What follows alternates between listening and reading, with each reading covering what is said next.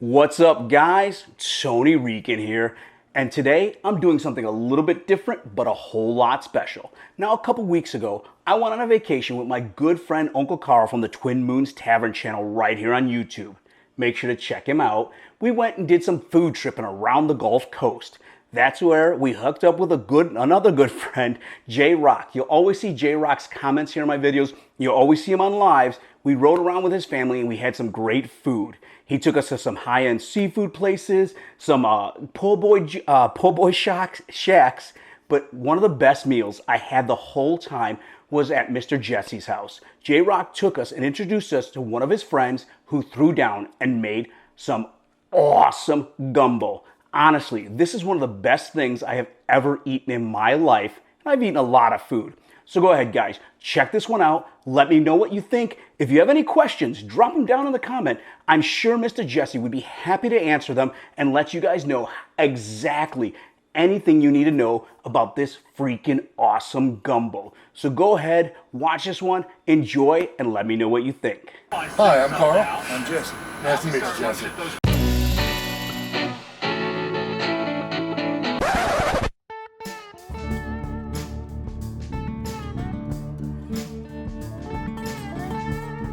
The main part, and it's a continuous deal. I'll be on it the whole time until it's ready. Okay. From start to finish. There's no walk away, no sit down. Okay.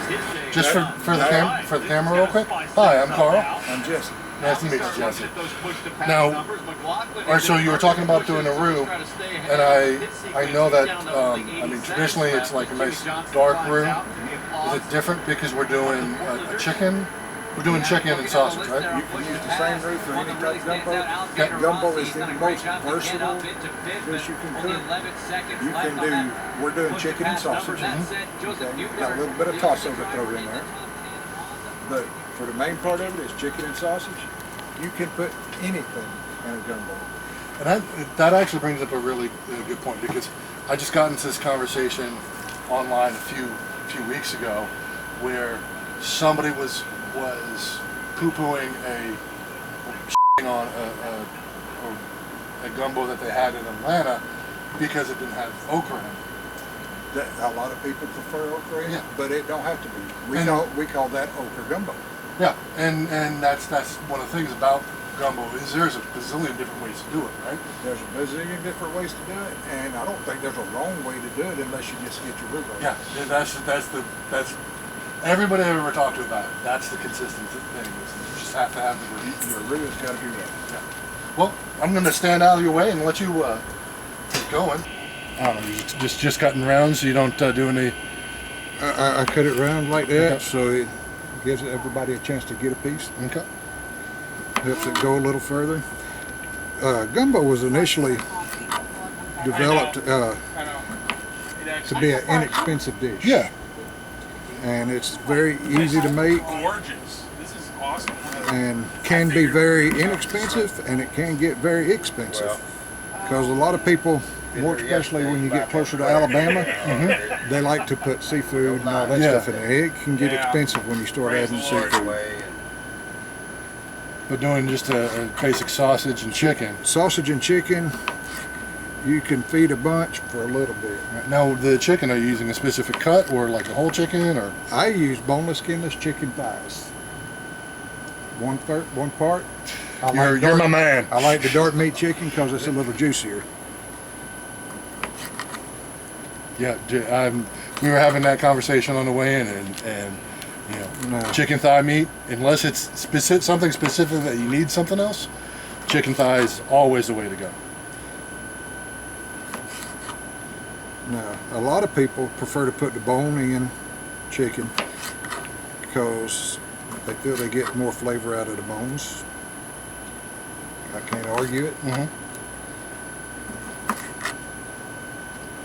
My only argument I get out of it is everybody tells me it's good without it, so I'll just go with what I got. And it also creates a little less work if you do it the boneless one, because you don't have to debone it at the end of it, right? Yeah, that's the fact.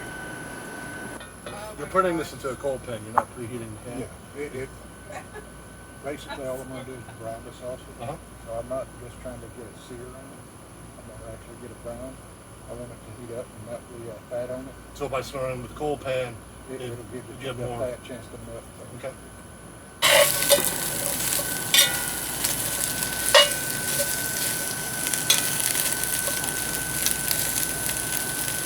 And now you're just going to go ahead and just let that slowly, the fat come out of it. Yeah, I'm gonna let it brown. As it starts browning, I'll stir it around. Get them all browned evenly.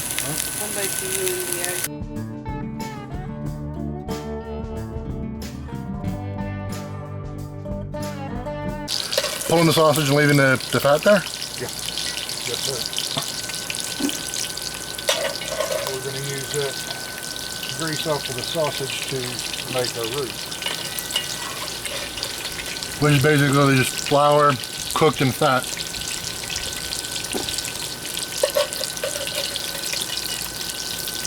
What you can do with just basic cooking oil or hog lard or anything else. Butter.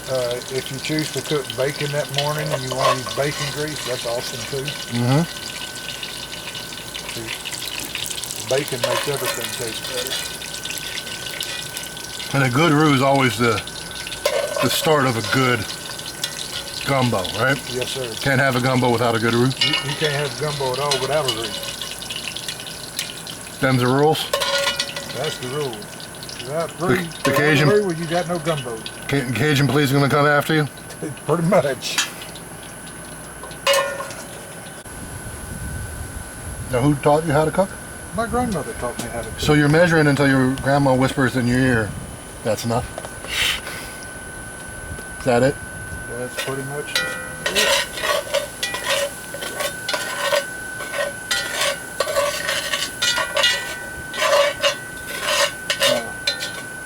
For those who want a gumbo that don't want to cook a roux, they do sell roux in a jar. Okay. I've never seen that sold. That might be just a Louisiana and Mississippi thing. And you're gonna wait till it gets a good dark brown, almost like a walnut, or Usually a copper penny. copper penny. Okay. An old copper penny is usually what they shoot for. Now you keep on stirring it like that. Yes, sir. You got to keep it from burning. Okay. If you don't stir it, it will burn, and it'll burn quicker than you can bat an eye.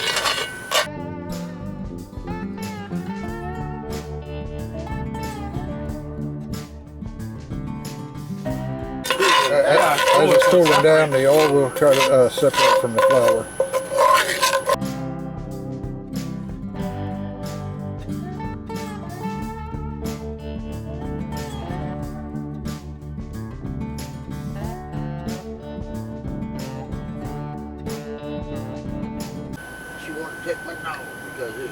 All right, we're going to add the tasso now. And you got anything in there already? Sausage. You got sausage in there. Okay.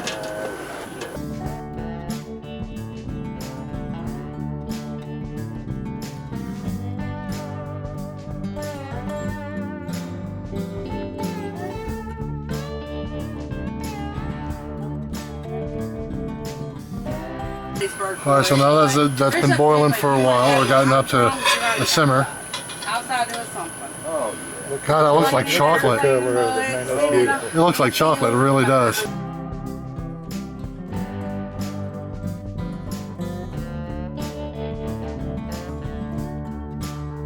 We still have roux in here, Right? but we're going to see how this turns out before we add some. Because you don't want it too thick. You don't want it too thick.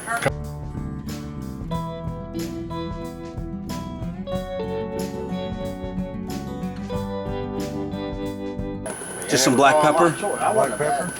And again, just Yeah, garlic Melina's powder, buying like and again, you're just putting in enough. blues. Blues. A little bit of That's onion powder. the Cayenne, Cayenne okay. Your army dressed right. boots. You'll notice we won't put Yep, quite as yep, much that's cayenne your pepper as we do the Yeah. other stuff. Yep, yep. That'll you kind got of your warm it up a BD. little bit. Yes, that's it, BD. That's fresh garlic or minced garlic. Okay. You can put as much as you want. Now, this is the time where, for the people who love it or like it, your bell peppers, your celeries, stuff like that. Any of the little optional extras, yeah. Any of the extra seasonings that you like, that's a good time to put it in there. I'm fixing to take and cut up some onions. Okay. And we're going to put some onions and some parsley in there. Okay. Here in just a minute. He knows Chopped all about onions. that.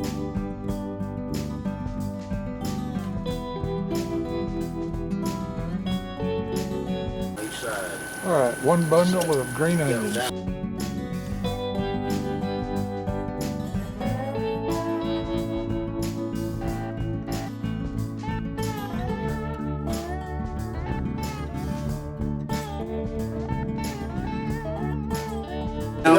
Fresh ground parsley, or fresh cut. That our Don't need a whole lot of it.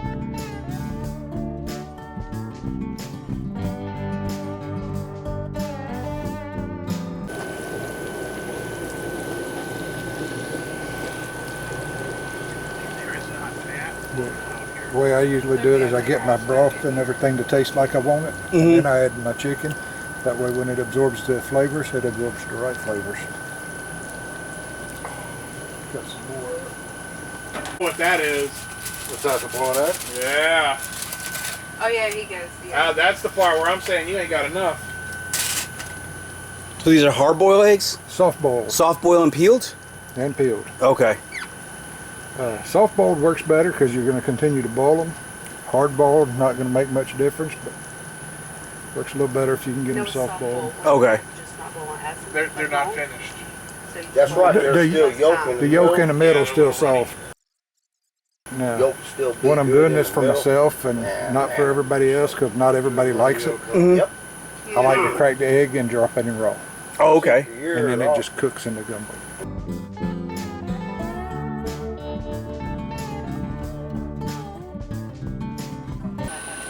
Nice big spoon of potato salad.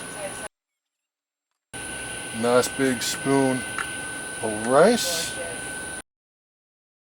And then what we came here for, chicken and sausage and a boiled egg. And that is Mr. Jesse's Gumbo.